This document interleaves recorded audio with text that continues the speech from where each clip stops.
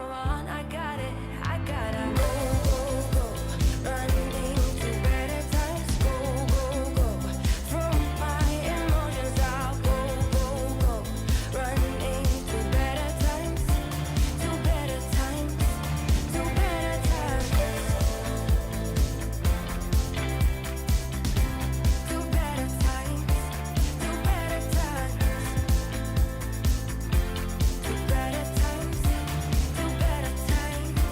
to better times.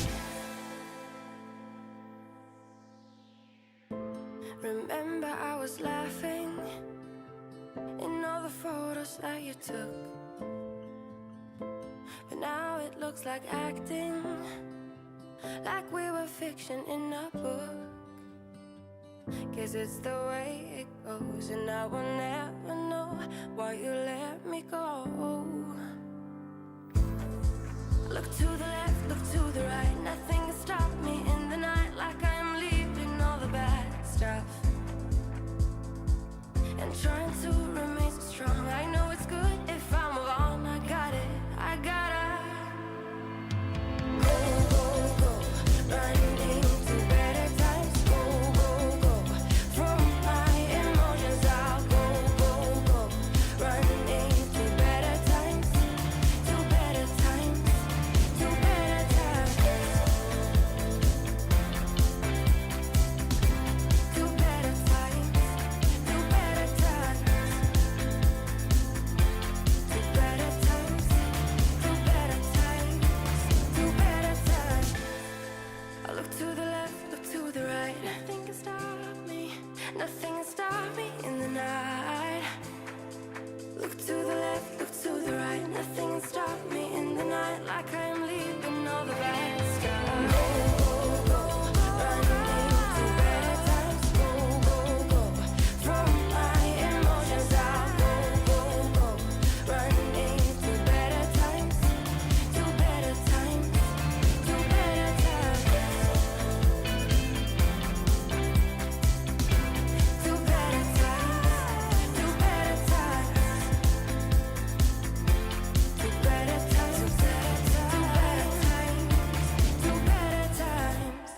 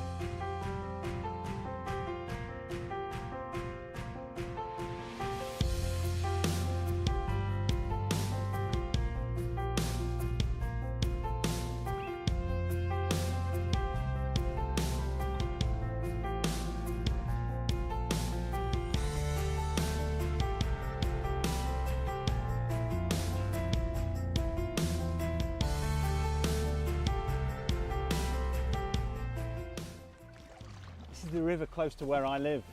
Spent a lot of time here during lockdown, and it's been really important during 2020 to have been able to get out and go paddling, to enjoy nature, to be active.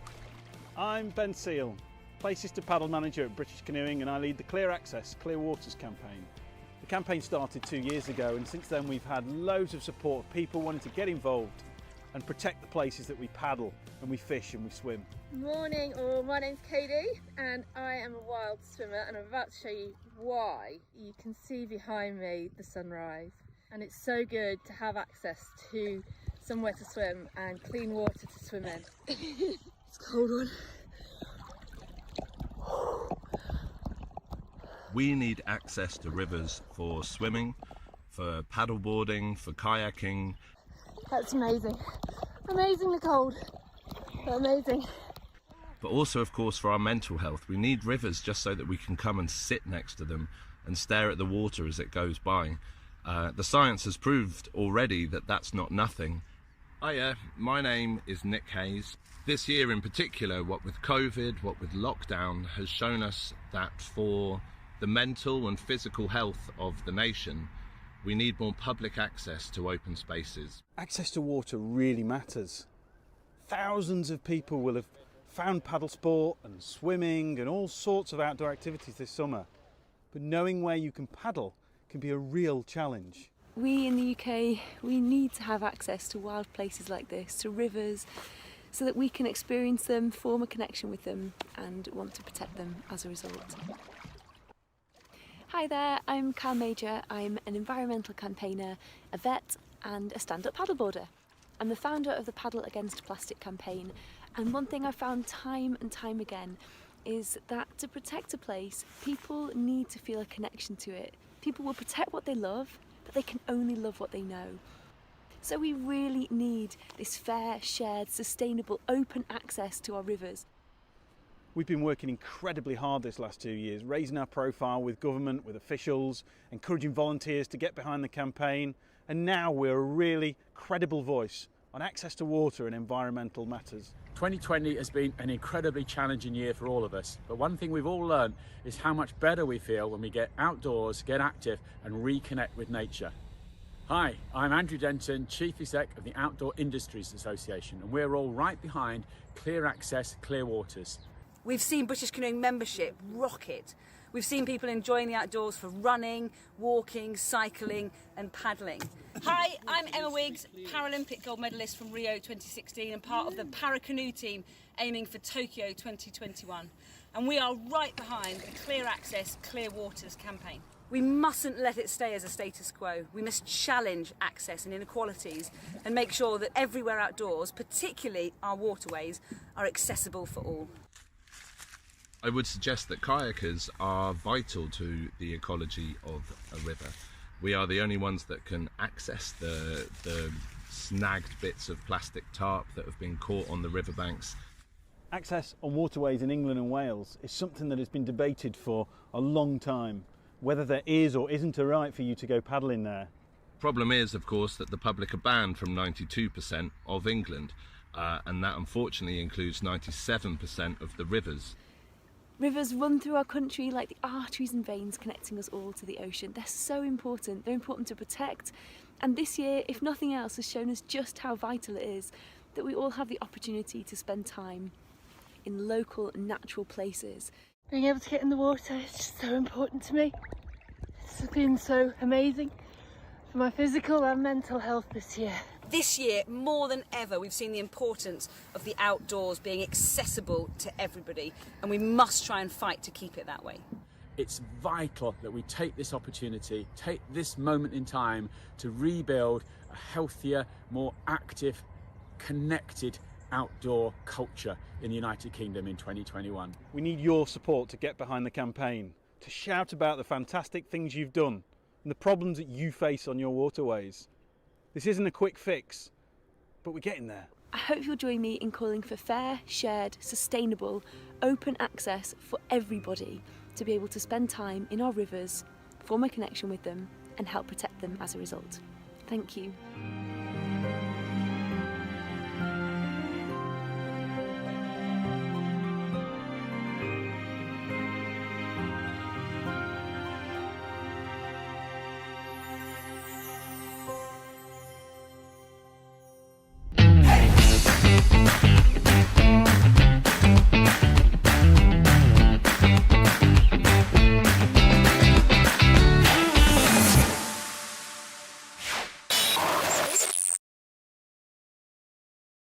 Good evening, everyone, and welcome once again to another live stream here on the Outdoors Station, and hopefully an enjoyable and educational and stimulating evening. We hope it will be, with some good conversation. And I can see we've got a good 20 or so viewers at the moment, so I'm hoping that will increase over time. As you saw in the introduction, we are going to be talking about access to our waterways, and perhaps finding out a few facts which I certainly didn't know before I started doing the review and getting the backstory into the Access campaign. Of course, once again, we do have Rose in the chat room. Here's Rose. Hi, everyone. Looking after people once again, and we are just outside of Upton-on-Severn, so we're fairly familiar with water because it seems to be coming our way at the moment. It's rising rapidly, and we've had the water come down the Severn and all the various things that go along with that as well. So not exactly pleasant water for paddling, swimming or otherwise. So my guest this evening is Ben Seal from British Canoe. Who is get the title right, Places to Paddle Manager. And so welcome to you, Ben. Good evening, Bob. Good evening, everybody. It's lovely to be here. Lovely to have the chance to talk to you all. Looking forward to a good evening of chat. Excellent. Well, Ben, I mean, the title of your job is obviously fairly interesting, and it wouldn't be one that I would assume existed as such, because I assumed, as I said in the introduction prior to delving into the backstory, as it were, that we had more access to the waterways, and obviously being surrounded by water as I am at the moment, I've always assumed that everybody had the same access. So would you like to just give us a bit of a backstory as regards what the historical aspect is of the access to waterways? Yeah, absolutely. Yeah, and again, thanks for having me on tonight, Bob. It's great to be able to talk to everybody about this subject, and it's a subject that not a lot of people know or understand or appreciate the problems that are associated with access to water. I suppose what I would start by saying is I think I've probably got one of the best jobs at British Canoeing. I get to try and campaign for more places for people to paddle, and of course places to paddle are fundamental to our sport, getting on the water and being able to be active, and that's not always possible, and it's not always clear within our sport where and how we can get on the water. So there's only actually a small percentage of all the waterways in England that have what's called a statutory right of navigation. So there's a clear right in law to say that you have a right to be there in your boat, in your whether you're swimming or canoeing or kayaking, whatever you're doing. There's only just less than 4% that have that statutory right of navigation, and by and large those are the ones that you can imagine on like the Thames and the Severn, where you see the bigger boats and you pay a license fee to be on there. For the rest of the 97% of waterways, the law isn't particularly clear, and there's been a long history of debate, discussion, disagreement over whether you have or haven't got a right to be able to go and enjoy the waterways for whatever enjoyable purposes that you so wish. And that's really the nub of it, really. There are two schools of thought. There's one school of thought that suggests that rivers are private. Rivers should be off limits to anybody but those who have probably paid for a right to fish, or to the landowners themselves. And there's another school of thought that we subscribe to, is that we've always had that right. It's always been available to us all. Rivers and waterways are places that we all, the population grew up around our rivers. The civilization grew up around rivers. We hunt and fish and travel and we take part in recreation around these rivers. And that right has never been extinguished. And there's lots of evidence to support that view. And we believe rivers should be open to all, just like mountains and moors and heath, in open access land. And our waterways should be similar, with careful management, careful restriction where there's evidence to need that. But broadly speaking, we should all have the right to be able to enjoy these spaces together and share them. Yeah. Yeah, yeah. We've got a few people putting comments in the chat room, and you're more than welcome to do that, folks. Anything interesting that pops up, we'll put that towards Ben. And certainly later on towards the end of the show, we'll have a sort of serious Q&A. So whatever comes out of the discussion, just put a capital Q at the beginning of your question so we can spot it easily, because they tend to suddenly come in a rush. But Ben, I mean, you know, as I say, I've been surrounded by water where I'm based in the UK, and I've always assumed people have leisure access. I've seen them obviously enjoying the canals, the rivers, I suppose occasional lakes, because most lakes that I know in this area are certainly on private land, which I presume you're not sort of seeking to get access to. So what's the progress? How do you change things from the way they are? It's a long, hard process of campaigning for change. Ultimately, what we're seeking, what British Canoeing is campaigning for, what our community would like to see is open access to waterways. And we launched Clear Access, Clear Waters. We launched the charter and our campaign down in Westminster in 2018. And really, it's calling for fair, shared, sustainable, open access to our waterways. And that means that we want to be able to have the same freedoms that people do to explore, like I said, the mountains and moors and heath. We want to be able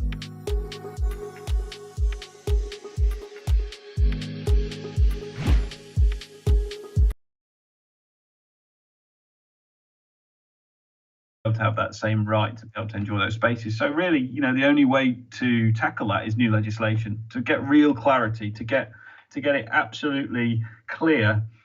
We believe the only way is to pursue new legislation. And of course, that's an incredibly challenging thing to try and do, is to get legislation, especially in present climate of COVID and Brexit and all the other priorities that are on the government's agenda. To seek legislation to change access to waterways is a ferociously difficult thing to do, but it has to remain our ultimate aim. And there are things that we can do in the meantime to try and encourage people to share the waterways in a responsible way. We can work on other pieces of legislation that might affect and influence and improve that access. But we believe at some point in the future there needs to be a change in the law to make it really clear that swimmers and paddlers can all go and enjoy these special places. I've muted myself there. Let's actually talk about specifics. We're not just talking about sort of paddling, canoeing. There are other water users, as well as the people that obviously want to take a walk down by the waterside, by the rivers and so on. So it isn't purely, you're not just looking after the sort of the canoe aspect, that sort of part of the community. No, I mean, British Canoeing launched the Clear Access, Clear Waters campaign, but the ambition of the campaign is there for anybody who wants to be able to access the water. So, for example, a massive group that has grown hugely in this last year is outdoor swimmers, wild swimmers, people who want to go and swim in rivers, swim in outdoor spaces. They face the same challenges around access that paddlers do, and paddleboarders and kayakers, and you know, all these people face similar issues and want similar freedoms to be able to go and enjoy the thing that they love doing. You know, last year, 2020, was a massively challenging year for everybody. Everybody's got their own reasons. The sports sector has really taken a big hit. But, you know, one of the positive things to come out of last year was a lot of people found activities on their doorstep. They found new activities that they might not have done before. And paddle sport, our membership grew by a massive amount. We went from around 38,500 members to just around 63,000 members at the turn of the year. So a lot of people found water sports. They found these places and wanted to take part. And I think it's now time that we need to address the barriers, the problems associated with access to water, make it really clear and make sure these people can access it on their doorstep without the threat of challenge or worse. And what is the actual situation then, and where can't people go at the moment? I mean, if I was to leave here and walk the length of the Severn, I'm unaware that there are areas that I can't go, apart from obviously, as I say, somebody's private property. So you know, the implication you're saying that there's only 4% that you've got access to.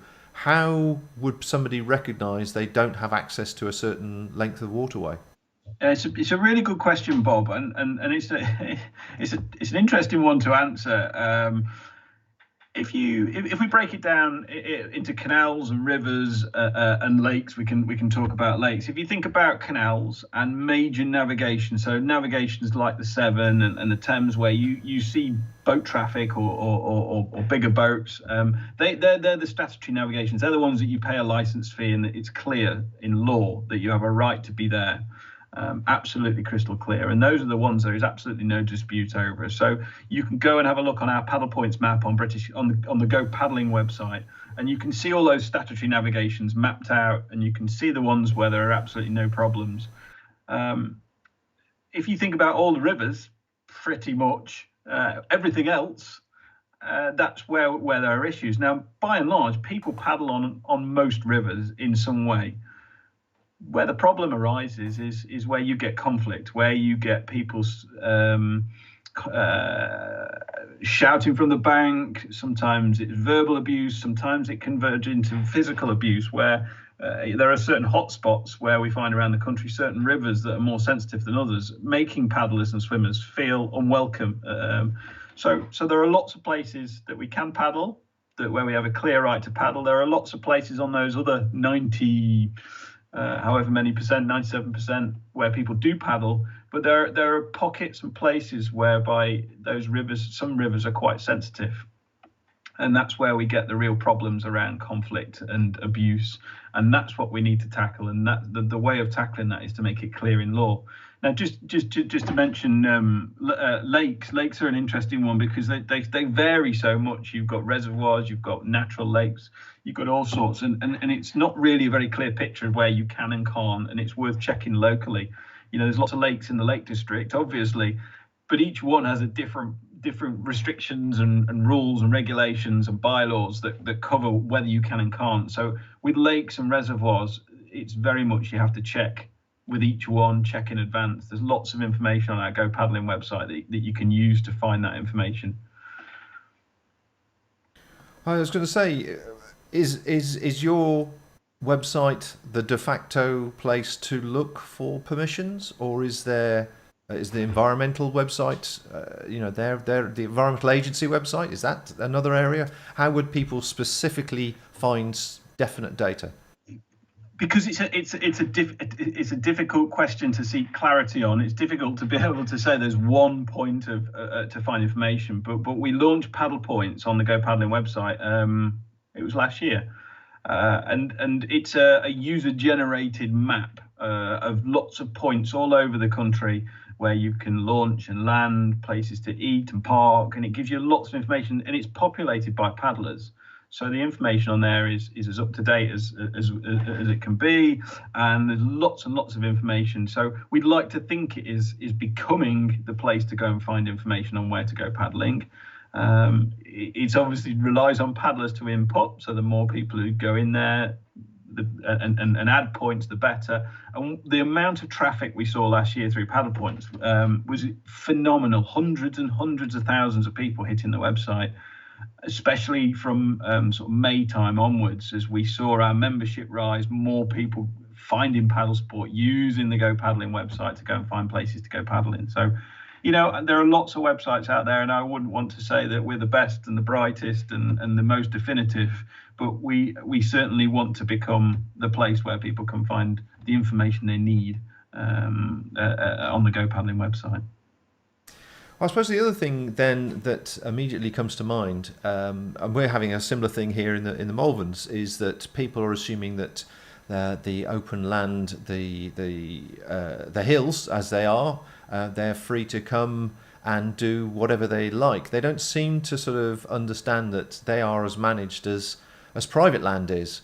All land in this country is managed by somebody, and obviously managed as regards an environmental point of view and a access point of view and taking care and all the various things. How are you finding that challenge of educating the new Waterways users, or those who want to jump in a canoe or in the water or swim somewhere, to understand the environmental and also get that balance going, you know? Yeah. I think with the increase in people accessing the countryside last year, there were of course the natural associated problems with more people going to the countryside. You know, there was lots more stories of litter being dropped, you know, some stories of antisocial behaviour, people parking inappropriately, but that's not confined to paddle sport. That's generally how, you know, an influx of new people to the countryside created problems more acutely than they probably existed before, but they were more acute during lockdown last year with the volume of people.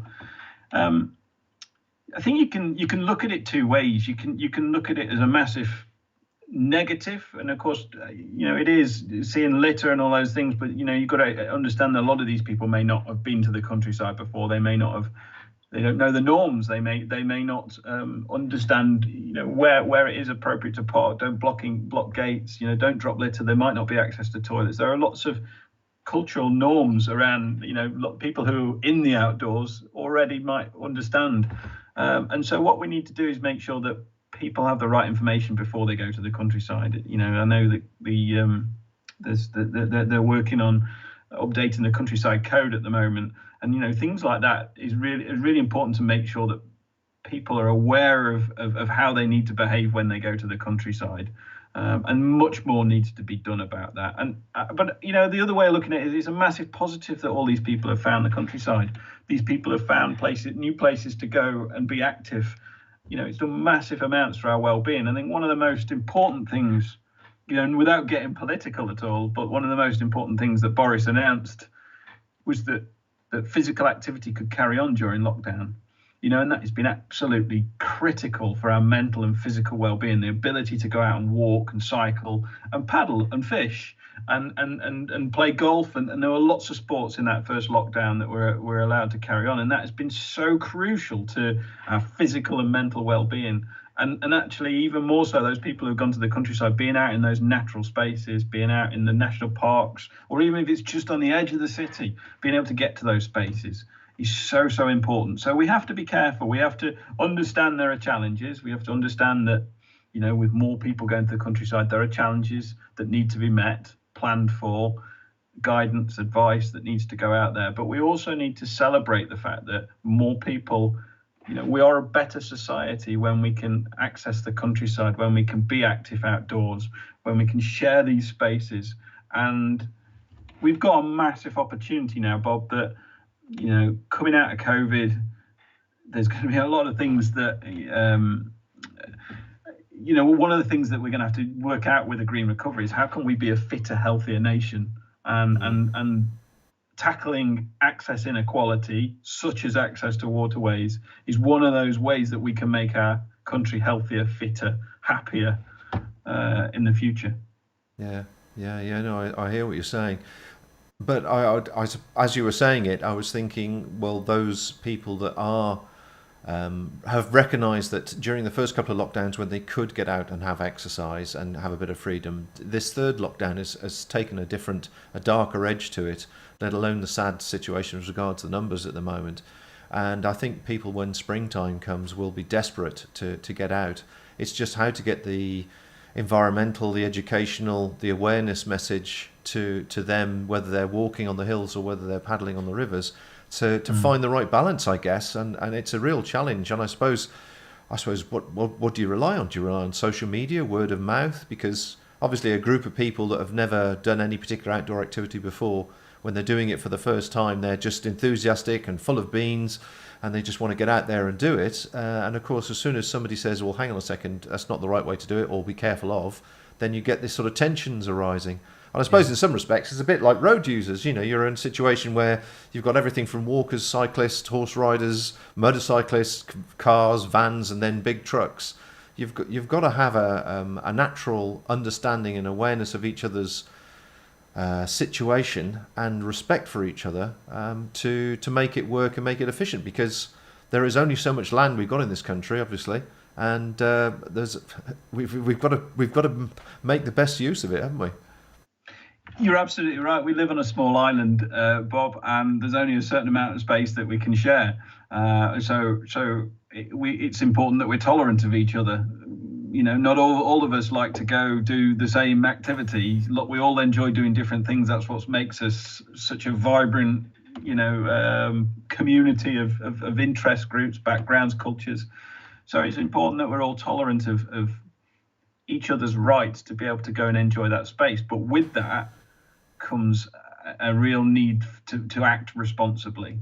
In Scotland, they have something called the Land Reform Act, which enables people to have a much more freer access to the countryside than we do here in England.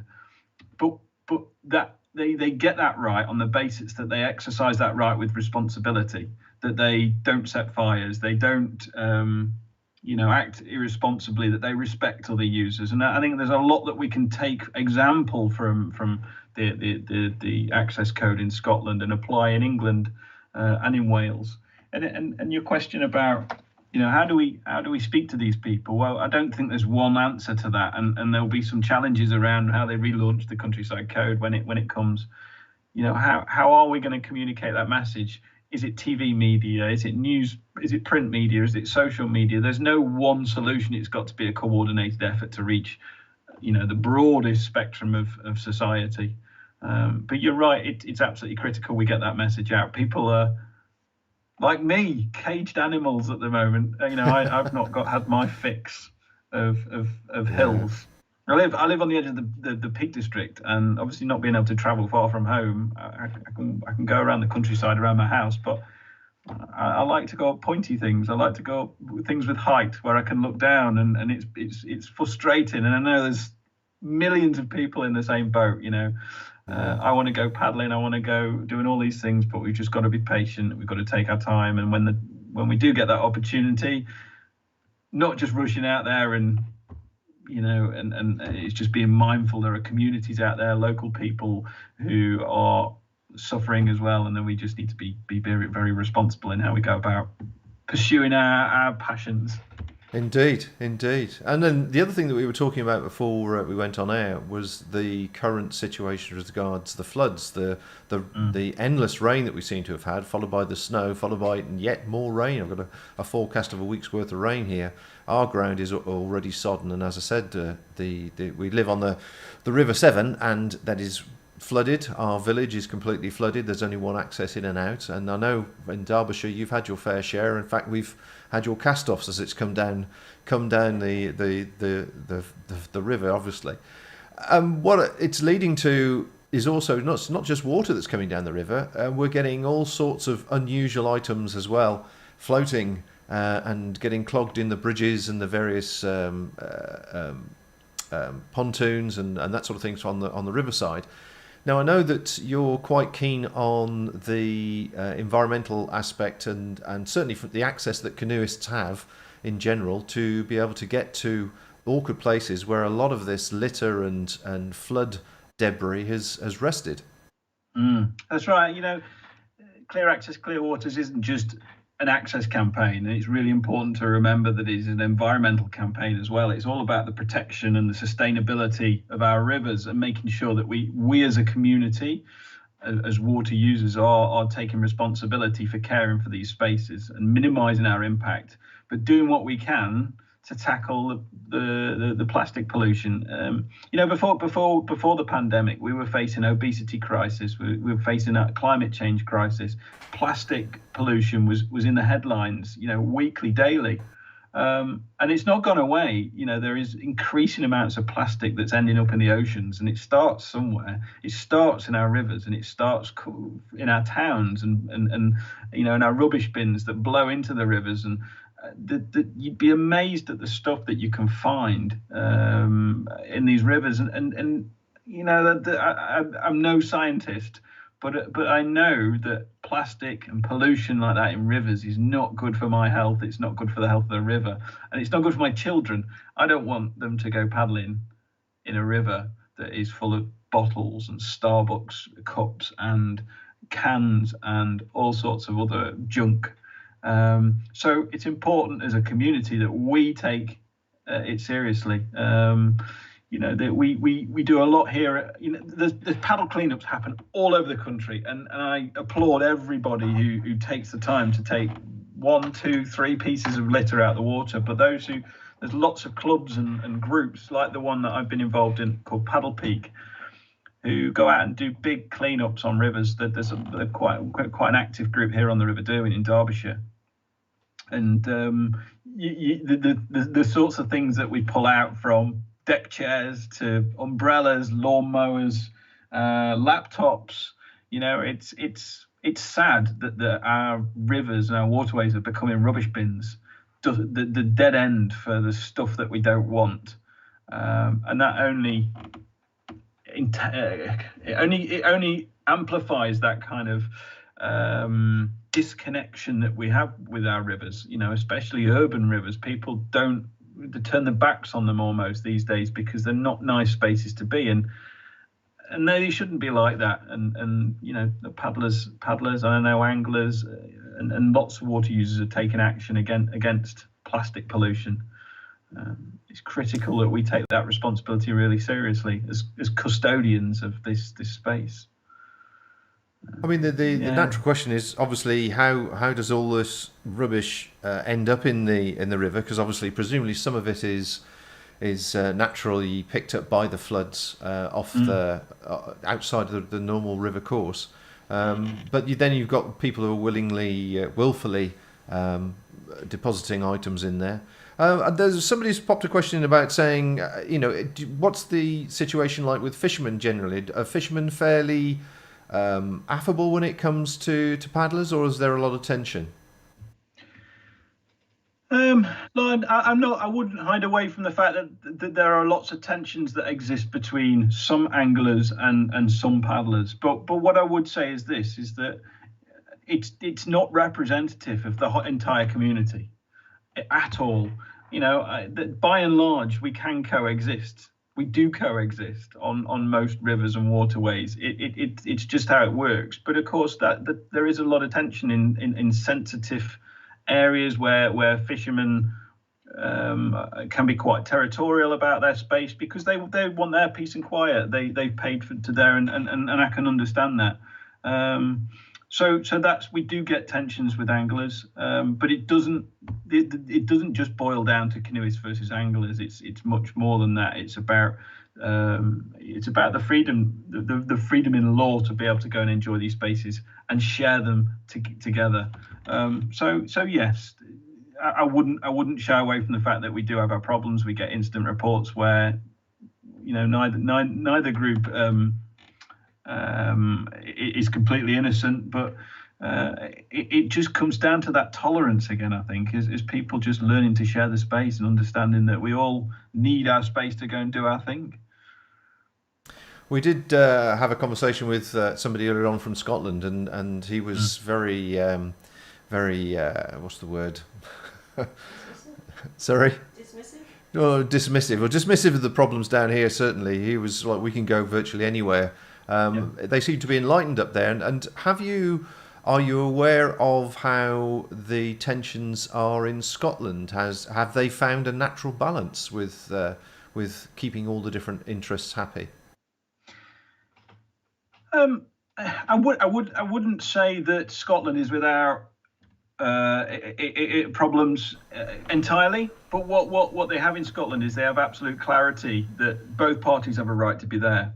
So where the tensions arise around practicality and about how they physically share the space and giving each other the room to do that. And of course that happens in any sport, whether it be cyclists and road users or cyclists and mountain bikers and walkers. You know, there's always going to be tension because we've only ever got a finite amount of room. What we need to remove is the principal argument of, do we have a right? Do we haven't a right? Have you not got a right? You know, we need to clear that up. That's why we need the clarity in law. Then we can focus on the practicalities of how we share the space. And Scotland isn't without its issues. It never will be. But they are one step ahead in terms of they've solved the principal issue of there is a clear right. Everybody is there and needs to share the space with responsibility. Okay, folks. Well, we are sort of moving forward on the time as anticipated. If you've got some questions or any thoughts that you might have regarding this subject matter or anything you want to put to Ben, please sort of jot that down. YouTube seems to be the most efficient way at the moment. They seem to be up to speed. For some reason, Facebook seems to be a couple of minutes behind. For whatever reason. So if you do have any questions, obviously jot them down now, and if you can put a capital Q at the front, that'll make it easier for us to spot them. But just to let you know, we do have another show coming obviously next week, and here's a little bit more information about it.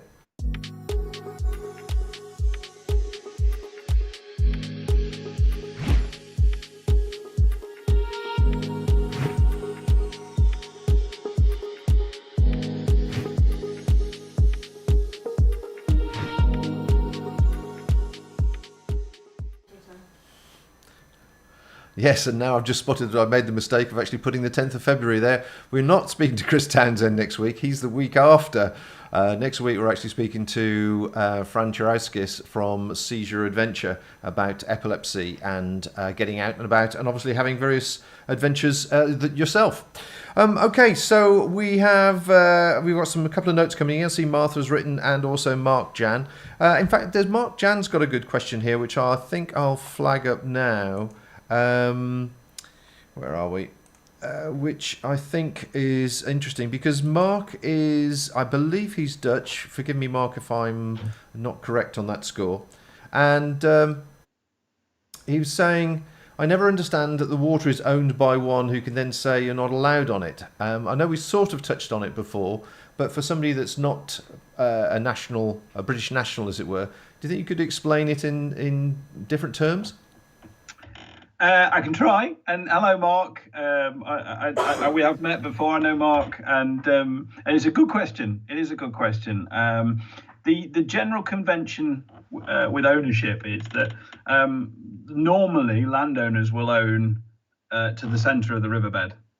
So they will own the land, the riverbank, and to the centre of the river. And there are exceptions to that. Sometimes the riverbed itself can be owned entirely. We own a section of riverbed at Simmons Yacht on the River Wye. So we own the riverbed, we don't own the banks, which is quite bizarre. Sometimes the landowner can own both banks and the riverbed. So it's never a clear picture. Now, in terms of the water, it's a really interesting kind of point. Nobody owns the water. The Crown owns the water, as I understand it. And so, there is a school of thought to say, look, hey, I'm paddling along the water and nobody owns the water, and I'm passing through your land and you can't stop me and I'm not trespassing. It's a difficult one to give you a clear, definitive answer on. And if I'm honest, the only way really is that you would get clarity is that if it was tested in court somehow. And I've always said, I don't believe that is the way forward for anything. Testing these things in court. I think we need to get clarity in law, a definitive clarity in law, iron these things out, make sure it's really clear for everybody to understand where they can and can't, and that's the way we go forward. So, yeah, it's an interesting point around who owns which bit and which bit you can paddle on, and does that mean you're trespassing if you're only on the water and you're above the riverbank? It's a very interesting point. Don't know if I've given you a clear answer there, but I'm sure there's lots and lots and lots of people out there who would have differing opinions. I think that certainly helps. We've got a good handful of questions coming through now, so we'll start going through them. So John Chewin, I hope I've got your name correct, John. I'm interested to know how we can develop the national campaign through the English Forum, RDT and clubs in order to give direction at a local level. Yeah, that's a good question, and hello, John, again, somebody else I know and have met, and interestingly, he's based on the Severn. I know he's on one of the clubs on the Severn, so not too far away from yourself, Bob.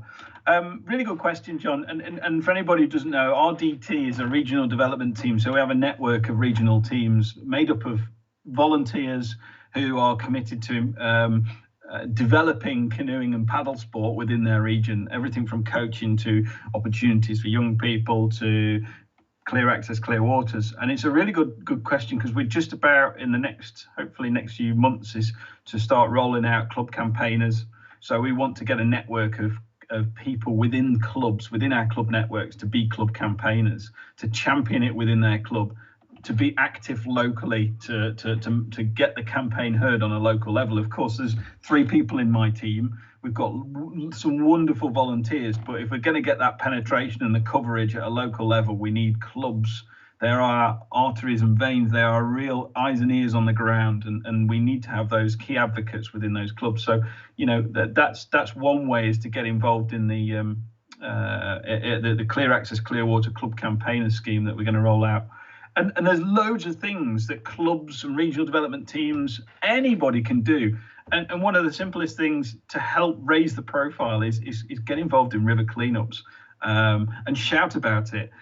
Get right into your MP, raise this issue with your MP, get it in the local press. One of the key problems that we have with this whole subject is the visibility. Is people are surprised when they hear about the situation with regards to access to water, and so we need to tell more people. We need to get more and more people shouting about it. So anything that can be done on a local level, whether it's doing river cleans, get it in the local media, right into your local MP, right into your local councillor. These are all actions that you can do to help move the campaign forward. So I hope that answers. And John, you can get in touch with me and by any means, and we can pick that up. But absolutely, lots of ways to get involved. Wonderful. We've got one from Charles Roche. Good evening, Charles. Nice to see you on board. Ben, how much faith do you see in working collaboratively with other outdoor sports? Do you think that canoeing access problems are quite specific? And he's got another question coming later. That's a really good question. And I'm really pleased you've asked it, Charles. So thank you for the question. At the moment, we work really, really closely with lots of different sports, particularly the BMC, British Mountaineering, the Ramblers, Outdoor Spaces Society, people like Cycling UK, all got very similar interests, very similar priorities. So towards the summer, towards the end of last year, as a little collective, we were working really hard on something called the Agriculture Bill. We're currently working on the Environment Bill, and the interests that we've all got are very similar in trying to affect that legislation to improve access to the countryside. And one of my things I keep saying at the moment is we need to remember the countryside is blue as well as brown and green. There are blue bits, there are rivers in there, and actually we're working really nicely as a collective of outdoor sports. But as well, we work really well with team water sports, if you want to call it that, the likes of rowing and sailing, swimming, all the watery type sports. So there's a lot of common ground between the land and the water sports. Some of the NGBs we call national governing bodies like BMC Ramblers we're very, very closely aligned to. And actually, Bob, we share a lot of members with these people. There's research out there to show that people who are interested in paddling are also likely to be climbers or walkers, and people who are cyclists. People who, I think there's some stats around people who are into sailing. Their second sport is pretty much likely to be canoeing or kayaking. So there's a lot of crossover between these sports, and actually working together as organisations, we have a much louder voice when we're trying to lobby government. So it's a really good question and something very current that we're involved in. Yeah, I totally agree with you on that score. I'd certainly heard that, and certainly, cross training has become much more popular. So generally, people who run do cycle or paddle or whatever it may be for overall muscle development. So it's understandable that if you've got one piece of equipment, you'll use it for a variety of sports. Charles's second question, I think you've just answered actually. Do you need to get the little stuff right for those in canoes, or is the bigger problem the overall access? And I think you've answered that. Yeah, all I'd add to that is, that if I'm honest, canoeists, paddlers, paddleboarders shouting for legislation on waterway access is a hard battle to win because of the noise and all the other demands on government for legislation. We might have a fantastic case, but it's a real challenge being heard and getting that legislation we need. But if we can ally with people to get general access, whether that's an amendment to the Countryside and Rights of Way Act, or whether it's something within the new agriculture bill or some more protections in the environment bill, if we can do that as a collective, for access in general, then that is a much easier battle to fight than if we're just fighting it alone on our own. So yeah, we are working as a collective, but of course British Canoeing, we're here to represent the interests of paddlers, paddleboarders, kayakers, canoes, all those. That's obviously our priority, but working as an outdoor sector, we have a much greater chance of affecting change. One from Shuey. I miscalled him before and called him Shiwi, which he didn't like, so I do apologise. Shuey, we need a Scandinavian approach to respecting our outdoor spaces. Do you think that could ever be possible in this country? Education, again, exploring the education topic? Yeah, look, I wouldn't profess to be an expert on how other European countries. I know a little bit about some countries, and I know that Scandinavian countries have a completely different approach towards their outdoors, from school age, from how they get their kids involved in nature all the way through life. And I don't think there's a model that we should just take off the shelf and copy. I think we need an English and a Welsh solution. We need one that is bespoke and fit for purpose for our country. The Scottish Land Reform Act wouldn't just drop into England, but there are lots of principles that we can take, and there are lots of principles that maybe we should learn from, how Scandinavian countries educate their children from a very young age about the outdoors and make them, their resilience and all those great assets that we can take from the outdoors is built in from a young age. And I think that is something we should definitely learn from other countries. And talking of other countries, Martha, who's watching from Canada at the moment, the canoe is part of Canada's DNA, and one of the oldest pieces of legislation is the Navigable Waters Protection Act of 1882, but we lack the right to roam, and NWPA is being eroded, so keep up the fight.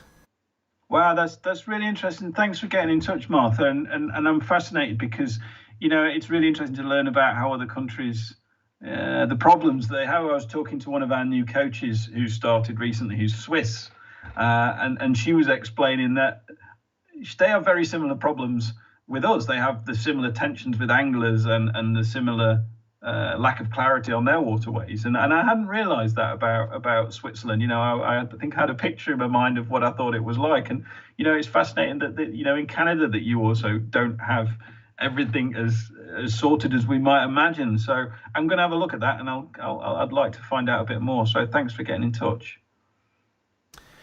Okay, so we're sort of starting to wind up the show now. What do we take away from this? What do we need to do? Where do we need to go to help or apply pressure or whatever? Well, I guess I started to allude to some of it when I was responding to John and his question around what can be done on a local level. Fundamentally, it comes down to making noise, Bob. We've got to raise the profile of this issue. It's not an issue if nobody says anything about it. It's just, it'll remain the same. We can all shout and scream about how we don't like it, but if we're not prepared to do stuff, we're not prepared to contact our MP, then we can never affect change. So what I would encourage people to do is to go and have a look at the Clear Access Clear Waters website and to add their name to the petition. We've got 10,000 signatures on there. I'd like to think, we've got 63,000 members. All our members should be looking at that and hopefully supporting it. But there are 2.1 million people who paddle each year. There are another 2 million people who are supposed to be outdoor swimming. This issue affects a lot of people. We've got to make a lot of noise about it. We've got to contact our MPs. We've got to speak about it openly. But we've also got to show that we are a responsible group of people, and that if we are given this right, then we can exercise it responsibly. So my message would be for any paddlers out there is to paddle responsibly and respectfully. Avoid conflict where you can, and defuse situations if you get into conflict. We want to share spaces. We want to be a tolerant user of the waterways. We want to get along with people, and we want to take our responsibility to care for these places really seriously. So we should be out there cleaning those rivers. We should be check, clean, drying our boat.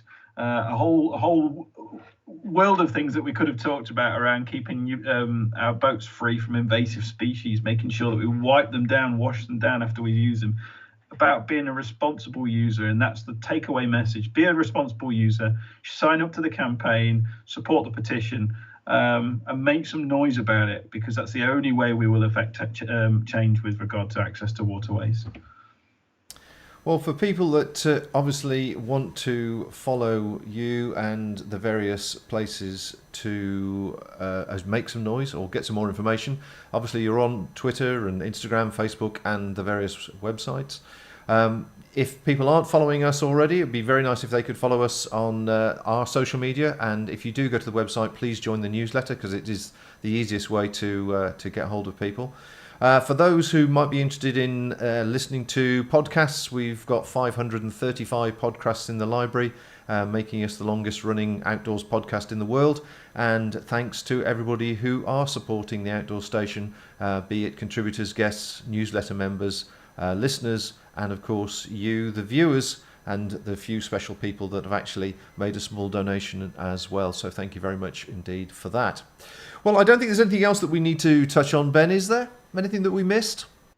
No. Look, and it's just to wish everybody out there, a safe, healthy, period until we can get to a point where we can all be out in the outdoors again, enjoying ourselves, being safe, being responsible. Just let's just be patient. Let's just hang tight, look after each other, and be kind to each other. That's all I'd leave people with. Great words. Okay then, folks, well, thanks very much indeed. As I say, we're back next week talking to a Fran from Seizure Adventure, so do come along and join in with that one if you would. And of course, we are speaking to the well-known outdoors man Chris Townsend in 2 weeks' time. Sorry about playing the wrong video, but hey, such is life. Until next time, folks, take care out there and look after yourself. Bye for now.